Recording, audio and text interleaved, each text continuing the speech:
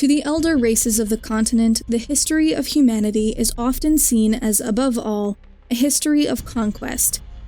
This is epitomized in the rise of the Empire of Nilfgaard, which through the centuries has expanded from a single city-state to become the most powerful empire the world has ever seen. To its loyal citizens, the empire is a bastion of order, law, and strength in an otherwise chaotic and hostile world. To its detractors, Nilfgaard is a manifestation of the worst attributes of mankind: aggressive, intolerant, and of limitless ambition. The exact origins of the Nilfgaardian people and their city that would one day command an empire is lost to the mists of antiquity, but undoubtedly can be traced back to the conjunction of the spheres. This magical cataclysm, which remains unexplained to this day, saw the release of terrible phenomena, namely magic, and the appearance of a great many creatures and races that, without question, were not originally born of this world. While human scholars and priests would call such theories blasphemous, the arrival of thousands of human ships across the coasts of the continent in the immediate wake of the conjunction leaves little doubt that humanity is linked to this event in some way. What is known for certain is that following the arrival of humanity, these new colonists began expanding into the lands of the elder races and fighting amongst themselves. An ancient witticism would have us believe that every 4 arriving ships gave birth to 3 new kingdoms. Indeed, early human history tells of an endless series of wars and conflicts between petty kingdoms as kings and lords worked tirelessly to incorporate, annex, or make vassals of their less cunning or more unfortunate neighbors. To the far south of the continent, past the Amel Mountains, one such kingdom rose to prominence: the city-state of Nilfgaard. Whether founded by the same human exiles who came to rule the northern realms or a wholly separate people remains unknown, but differences in language, beliefs, customs, and culture seem to indicate a separate origin. Many tales claim the Nilfgaardians can trace their lineage in part to elves, but whether this is historical fact or racial propaganda, none can say with certainty. Regardless of its origins, Nilfgaard consistently outmaneuvered rival dominions, subjugated its neighbors, and grew from a simple kingdom to a true empire. During their history of ever-expanding conquests, Rowan, Ætolia, Gemera, Ebbing, and a multitude of others all fell before Nilfgaard, until the Great Sun banner flew above the former capitals of over a dozen one-time kingdoms. Today, conquered kingdoms and territories typically hold the status of imperial provinces, ruled by appointed governors.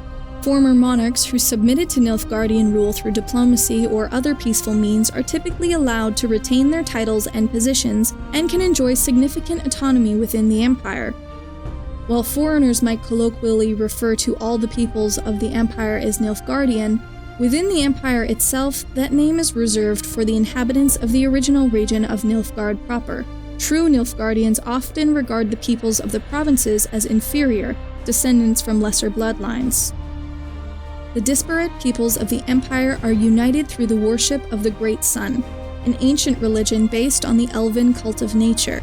The central deity is the sun itself, giver of life and warmth, but also capable of destruction and death. For the past 50 years, this cult has been the state religion of Nilfgaard in exchange for the priesthood's complete support for government policy.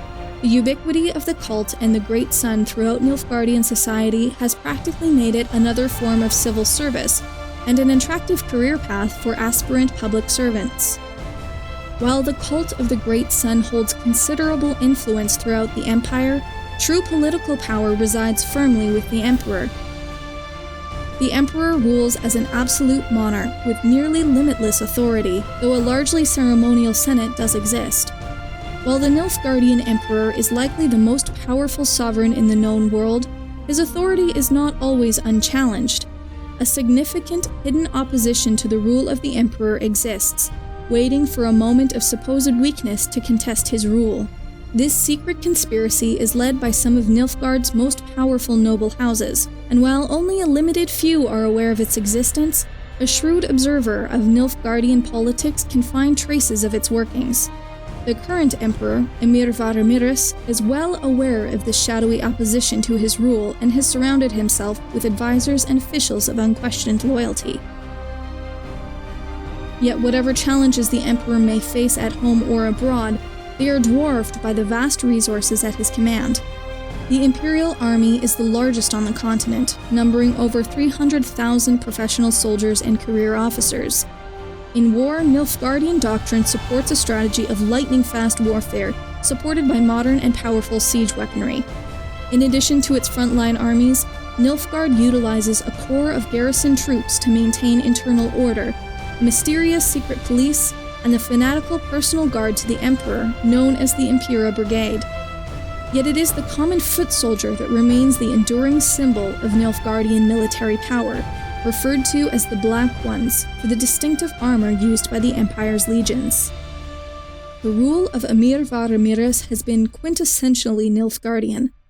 Like his predecessors, he has pursued aggressive and expansionist policies while adeptly suppressing many plots against him.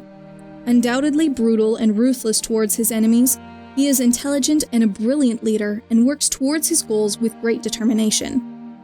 For the past 3 decades, the focus of Emir Varamirus, and by extension the Empire, has been the conquest of the northern kingdoms. While the first 2 wars against the Nordling people ended in defeat, Nilfgaard has never been content to leave the north alone in peace. Through assassinations, treacherous plots, secret pacts with sorcerers, and every manner of deception, Nilfgaard has brought chaos to the north and left it ripe for invasion. The Third Northern War has seen Nilfgaardian armies bite deeply into the lands of their enemies, with the fate of the continent hanging in the balance.